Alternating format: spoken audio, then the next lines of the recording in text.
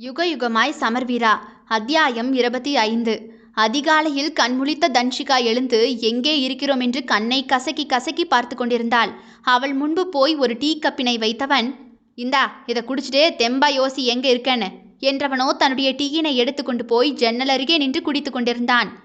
இவன் தானே நேத்து நம்மளை அடிச்சது, ஐயோ மயக்கத்தில் இருக்கோன்னு ரேப்பு கீப்பு பண்ணிட்டானா என்று பயந்து போய் தன்னுடைய உடையையும் தன்னையும் கொஞ்சம் சோதித்து பார்த்தாள். அப்பாடா நல்லாத்தான் இருக்கேன் என்று பெருமூச்சொன்றை விட்டவள் அவனை பார்க்க அவனோ அவளை முறைத்து கொண்டு நின்றிருந்தான். ஆமா, அப்படியே உன்னை ரேப் பண்ற அளவுக்கு உங்ககிட்ட என்னடி பெருசா இருக்கு? ஒன்னே உன்னை தவிர. என்ன சொன்ன? வாயை தவிர வேற என்ன உங்ககிட்ட பெருசா இருக்குன்னு சொன்னேன். நீ ஏன் தப்பு தப்பா நினைக்கிற? அப்படியே உன் அழகுல மயங்கி நீ மயங்கி கிடக்கும் போதே உன்னை பயன்படுத்தி இருந்தா இங்க ஹாஸ்பிட்டல்ல வந்து சொகுசானி படுத்திருந்து இப்படி எழுந்து எங்க இருக்கேனான்லாம் கேட்டிருக்க முடியாது. உன்னை இந்நேரம் கொன்று போட்டிருப்பேன், இல்லைனா எல்லாம் முடிச்சுட்டு எங்கேயாவது குத்துயிரா தூக்கி வீசியிருப்பேன் என்று உக்கரமாக கோபத்திலேயே சாடினான் அவளை. அப்படியே அவனை முறைத்தவள் டீயை எடுத்துக்கொண்டு அவனது கையில் கொடுத்துவிட்டு, இந்தா பிடி உன் டீயும் நீயும். எதுக்குடா என்ன அடிச்ச? அதுக்கு பதில சொல்லு. எதுக்கு என் கார் முன்னாடி வந்து நீ நின்ன? அப்புறம் அப்படித்தான் பண்ணுவாங்க. ஓ, பணம் இருக்கிற திமிரில் என்னை தெருவில் நிற்க வச்சிட்டல, அதுக்கு தான் உன் மண்டையை உடைக்கத்தாண்டா நான் வந்தேன். பண திமிருக்கு உங்கள் அப்பா வந்து சம்பாதிச்சு போட்டான், நான் உழைச்சதுமா அதெல்லாம். எங்கள் அப்பாவை பற்றி நீ பேசினா சாவடிச்சிருவேண்டா. என் படிப்பை படிக்க விடாமல் பாதியில் துரத்தினவன் தானடா நீ.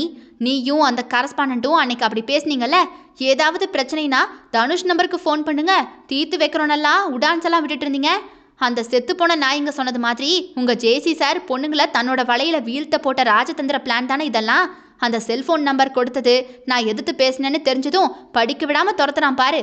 அவள் அப்படி பேசியதுமே அடுத்த நொடியே மீண்டும் அவளது கன்னத்திலேயே பலார் என்று ஒன்று விட்டவன், எங்க அண்ணனுகளை பற்றி தப்பா பேசாதன, அதுவும் பொம்பளைங்க விஷயத்துல நீ தப்பா பேசுற, கொன்னு போட்டுற வேண்டிய உன்ன. ஏய் யாருடி நீ? எதுவுமே தெரியாம அப்படியே துள்ளிக்கிட்டு இருக்க, சங்கருத்து போட்டுருவேன் பார்த்துக்க. நீ மயங்கி விழுந்ததும் இந்த ஹாஸ்பிட்டலில் ஒழுங்கா நின்று என்கிட்ட சண்டை போடுறனா, அது அவங்க என்னை வளர்த்த வளர்ப்பு தான், அப்படி ஜாக்கிரதை என்று ஒரு விரலால் எச்சரித்தவன் அப்படியே ஜன்னல் கம்பியை பிடித்தவாறே தன்னுடைய கோபத்தை அதில் முறுக்கி காண்பித்து கொண்டிருந்தான். தனது கையை கன்னத்தில் வைத்தவாறே வழியில் அழுது கொண்டிருந்தவளை பார்த்து, எலும்பு முகத்தை கழுவிக்கிட்டு எங்கூட வா, அங்க ஜேசி உனக்காக வெயிட் பண்ணிக்கிட்டு இருக்காரு.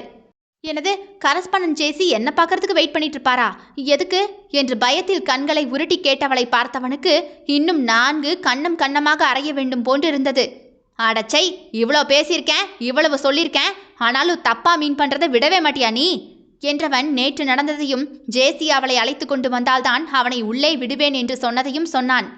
இப்படிப்பட்ட எங்கள் அண்ணனை தான் நீ அசிங்கமாக தப்பு தப்பாக பேசியிருக்க, அப்போ உன்னை நான் சும்மா எப்படி விடுவேன்? அது வந்து எனக்கு இதெல்லாம் எப்படி தெரியும்? எனக்கு எங்கள் ப்ரொஃபஸருங்க சொன்னது தான் ஞாபகத்தில் இருக்குது. அவங்க சொன்னது சரியோ தப்போ, ஆனால் அது அப்படியே மண்டையில் பதிஞ்சு போயிடுச்சு.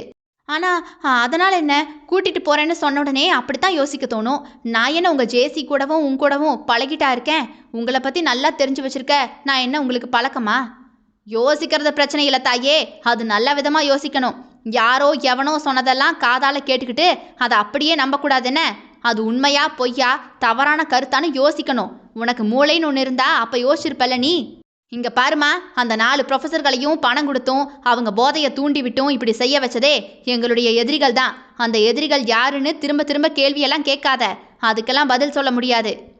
அது தெரிஞ்சு நான் என்ன பண்ண போகிறேன்? அந்த கேள்வியெல்லாம் எனக்கு தேவையே இல்லை. நான் இப்போ உன் கூட வரேன், உனக்காக. உன்னோட நான் வரல, சரியா? ஜேசி சார் என்னோட படிப்பு கிடக்கூடாது அப்படின்னு பார்த்ததுனால தான் நான் வரேன், அவ்வளவுதான். இந்த அடிக்கிறது பிடிக்கிறதெல்லாம் இனி என்கிட்ட வச்சுக்கிட்டேன்னு வையே, நான் திரும்ப அடிப்பேன். அப்புறம் நான் கோவில் பெட்டிக்காரி, சரியா? எனக்குள்ள வீரம் எல்லாம் இருக்கு. கையை நீட்டினா கையை உடைச்சிருவேன். உடப்ப அது வரைக்கும் எங்கள் கை என்ன மாம்பழமா பறிக்கும்? எது வேணாலும் பறிக்கட்டும். இப்போ நான் கூட வரணுமா வரக்கூடாதா? வா வா. ஆமாம், நான் நேற்று ஊர் முழுக்க தேடினனே, உன்னை கண்டே பிடிக்க முடியல. அப்படி எங்கே தான் தங்கியிருந்த? அது எங்கள் அக்காவுக்கு தெரிஞ்ச ஆசிரமம் ஒன்று இருக்குது, அங்கே தங்கியிருந்தேன். உங்கள் அக்கா எங்கே இருக்காங்களா?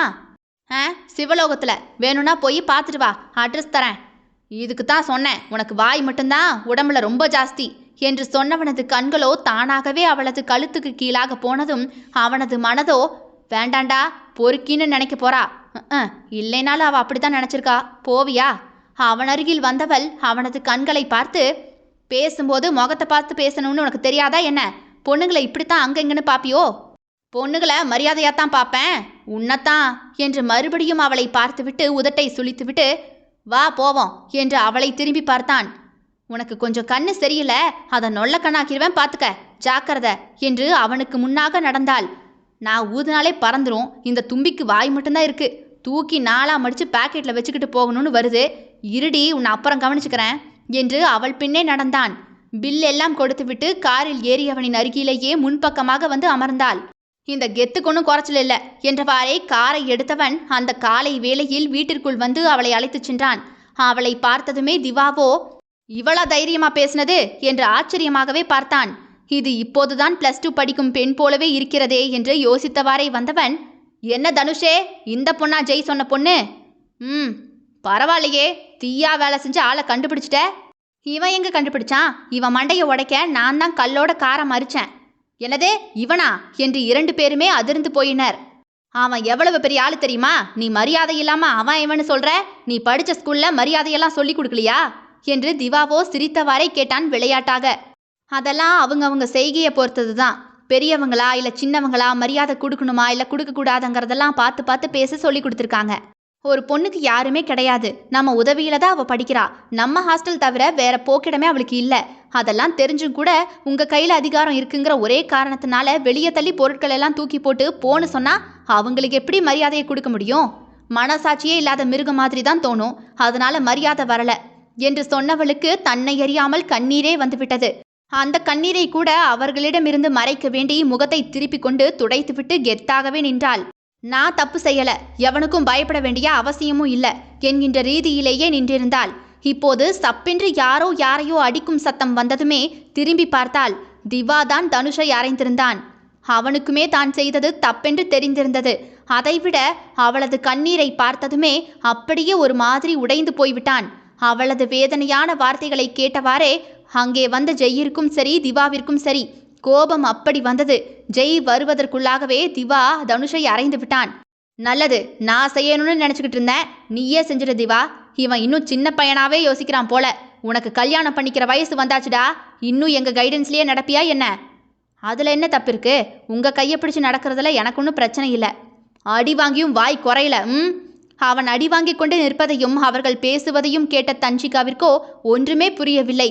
இவர்கள் 3 பேரும் அப்போது அண்ணன் தம்பிகளா இல்லை ஃப்ரெண்ட்ஸா என்று யோசித்தவாறே நின்றிருந்தாள் அங்கு. இப்போது ஜெய்யோ அவளை தன் பக்கமாக வருமாறு கை காட்ட பயந்து பயந்து எலி குஞ்சு மாதிரி அவன் முன்பாக வந்து நின்றாள். இங்க பாரு, இனி இங்கேயே உன் பிஜி வரைக்கும் படிக்கலாம் என்ன? நீ ஃபீஸ் எதுவும் கட்ட வேண்டியதில்லை. அதுக்கான லெட்டரை நான் கையெழுத்து போட்டு தனுஷ்கிட்ட கொடுத்து விட்டுறேன். யாராவது உன்னை அங்கிருந்து போக சொன்னா அடிச்சு விரட்டி விடு.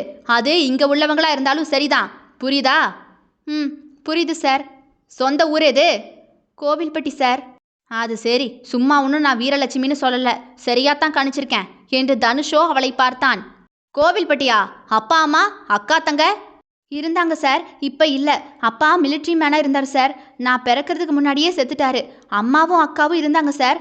அக்கா படிக்க வந்த இடத்துல ஏதோ தற்கொலை பண்ணிக்கிட்டான்னு சொன்னாங்க. அவ்வளவுதான் ஞாபகம் இருக்குது சார். அம்மாவும் 2 வருஷம் முன்னாடி இறந்துட்டாங்க சார். நீ எப்போ இருந்து இங்கே இருக்க?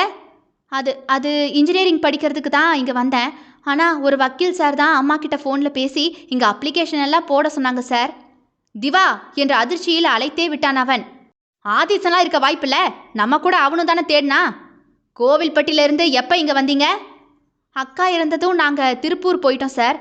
அப்புறம் அங்கே தான் படித்தோம். நாங்கள் அங்கே இருக்கிறது யாருக்குமே தெரியாது. ஏன் சார் இவ்வளோ கேட்குறீங்க? எங்களை உங்களுக்கு தெரியுமா? உங்கள் அக்காவுக்கும் உனக்கும் ரொம்ப வயசு வித்தியாசமா? ஆமாம் சார், அப்பா மிலிட்ரி மேன். அக்காவுக்கு 15 வயசுக்கு மேலே தான் நான் பிறந்தேனா. நம்ம ராசி அப்பாவை போட்டு தாக்கிருச்சான் என்று சிரித்தாள் அவள். அந்த வக்கீல் பேர் தெரியுமா? தெரியாது சார், அக்கா இறந்ததே அவர் தான் சொன்னார். ஆனால் பாருங்க, வேற எதுவுமே எங்களுக்கு தெரியாது. அம்மாவுக்கு திருப்பூரில் வேலை இருக்குன்னு சொல்லி ஆள் அனுப்புனதே அந்த வக்கீல் சார் தான். ஏதோ படிச்சுட்டேன், இங்கே வந்துட்டேன். அம்மாவும் போய் சேர்ந்துட்டாங்க, அவ்வளவுதான் சார். வேற எதுவும் டீட்டெயில்ஸ் வேணுமா சார்? இனி எந்த வக்கீல் எங்கே ஃபோன் பண்ணாலும் நீ அவங்க பேரை கேளுமா, யாருன்னு கேளு, பார்க்கணுன்னு சொல்லு, சரியா? அப்புறம் எந்த தகவலாக இருந்தாலும் என்கிட்ட சொல்லணும். யார் எங்கே கூப்பிட்டாலும் அது போலீஸ் ஸ்டேஷனாக இருந்தால் கூட ஏன் அனுமதி இல்லாமல் போகாதன. உன் பாதுகாப்பு ரொம்ப முக்கியம். சார், நானே கேட்க யாரும் இல்லாதவ, இப்படியெல்லாம் பயந்தா முடியுமா?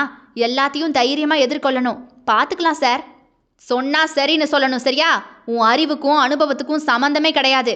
உன்னை கொண்டு போய் சீரழிச்சு கொண்டு போட்டுருவானுங்க, புரியுதா? நீ சின்ன பொண்ணு, உனக்கு ஒன்றும் புரியாது. தனுஷ், நீயே ஹாஸ்டலில் கொண்டு போய் விட்டுட்டு வா. அங்க வார்டன் கிட்ட சொல்லிட்டு வா, இவ பாதுகாப்பு ரொம்ப ரொம்ப முக்கியம், ஓகேவா என்று அனுப்பி வைத்தான். திவாவை பார்த்து, இப்போது நம்ம யாரை தேடினமோ அவ இங்க நம்ம பக்கத்துல தான் அனாதையா இருந்திருக்காடா. பாரு எப்படி வந்து நிக்கிறான்னு. அவ அக்காவுக்கு இருந்த அதே தைரியம் திமிரும் அப்படியே குறைச்சல் இல்லாம இருக்கு. அவ அதனாலேயே ஆபத்தை விலைக்கு வாங்கிட்டு வந்து நின்னா. இவளும் அப்படித்தான். ஜெய், ஒருவேளை நம்மகிட்ட இருந்து இவளை ஒதுக்குறதுக்காகவே உங்க அப்பன் பண்ண ஏதாவது வேலையா இருக்குமோ இது? அவன்தான் செஞ்சிருக்கணும். பாருடா, அவ அக்கா கொலையவே தற்கொலைன்னு நம்ப வச்சிருக்கானுங்க. இதுக்கெல்லாம் சேர்த்து வச்சுதான் கொடுத்துட்டோமே, இன்னும் பாக்கி இருக்கு. அவனுங்களை இருடா பார்த்துக்கலாம் என்று பெருமூச்சு விட்டவன், நம்ம எக்ஸ்போர்ட் கண்டெய்னரை யாரோ வழி மறைச்சு விட மாட்டேங்கிறாங்களாம். ராக்கியும் ஊரில் இல்லை. நான் போய் என்ன ஏதுன்னு பார்த்துட்டு வரேன். நீ கொஞ்சம் கவனமாகவே இரு என்ன? நானும் வரேன்டா. இரு, அங்கே ஏதாவது பிரச்சனைனா நான் ஃபோன் பண்ணுறேன். அப்புறம் காலேஜில் என்ன ஏதுன்னு கொஞ்சம் பார்த்துட்டு வா. சும்மா விட்டா இனி சரியாகாது. நம்மளுடைய நேரடியான கண்காணிப்பு எப்போவுமே அங்கே இருக்கணும். சரி, பார்த்துட்டு அங்கே வரேன். ஓகே டன் என்று விட்டு தாரிகாவின் ஞாபகம் வரவும் பழைய ரணங்கள் புதிதாக மேலே எழும்பி அவனை அலக்களித்தது. அதுவுமில்லாமல் அகல்விழி வேறு ஃபோன் அடித்து கொண்டே இருந்தாள். எல்லாம் சேர்த்து அவனை எரிச்சல் படுத்தவும் குழப்பவும் அதோடு போய் அங்கே இறங்கியவன் சுற்றி பார்த்தான். அவன் பார்க்கும்போது அங்கே யாருமே இல்லை. அதனால் கண்டெய்னரை சுற்றி சுற்றி வந்தவன், என்னது இது, பிரச்சனைன்னு ஃபோன் வந்துச்சே, இப்ப யாரையுமே காணோம் என்று காரின் அருகே வந்தான். அப்போதுதான் காரின் டயரை கவனித்தான். 4 டயருமே பஞ்சராகி இருந்தது. யாரோ வேண்டுமென்றே செய்தது போன்றிருக்கவும் சுற்றி முற்றி நோட்டம் விட்டான். அப்படியே மெதுமெதுவாக ஒவ்வொருவராக கையில் ஆயுதங்களோடு வந்து இறங்கினர். அவர்களை பார்த்து சிரித்தவன் தன்னுடைய இடுப்பில் கை வைத்து துப்பாக்கியை எடுக்க நினைத்தான். அதுவோ அங்கில்லை. அப்போதுதான் உணர்ந்தான். தனக்கிருந்த மனக்குழப்பத்தில் அதை எடுத்து வர மறந்திருந்தான். இது விதியே செய்த சதியாகி போனது. அவர்களை அவனால் சமாளிக்க முடியும் என்று ஒவ்வொருவராக அடித்து வீழ்த்தி முன்னேறி தப்பிவிட நினைக்கும் பொழுது அவனது பின் மண்டையில் யாரோ அடிக்கவும் அப்படியே சரிந்து விழுந்தான். அவனது கண் முன்னால் அவனது அண்ணன் தீபன் சக்கரவர்த்தி கையில் இரும்பு கம்பியோடு வந்து நின்றிருந்தான். தொடரும். இதனுடைய அடுத்த அத்தியாயம் நாளை மாலை 5 மணிக்கு வந்துடும். கேட்க தவறாதீர்கள் மக்களே. யுக யுகமாய் சமர்வீரா. விடை பெறுகிறேன். நான் உங்கள் ஆர்ஜே தியா.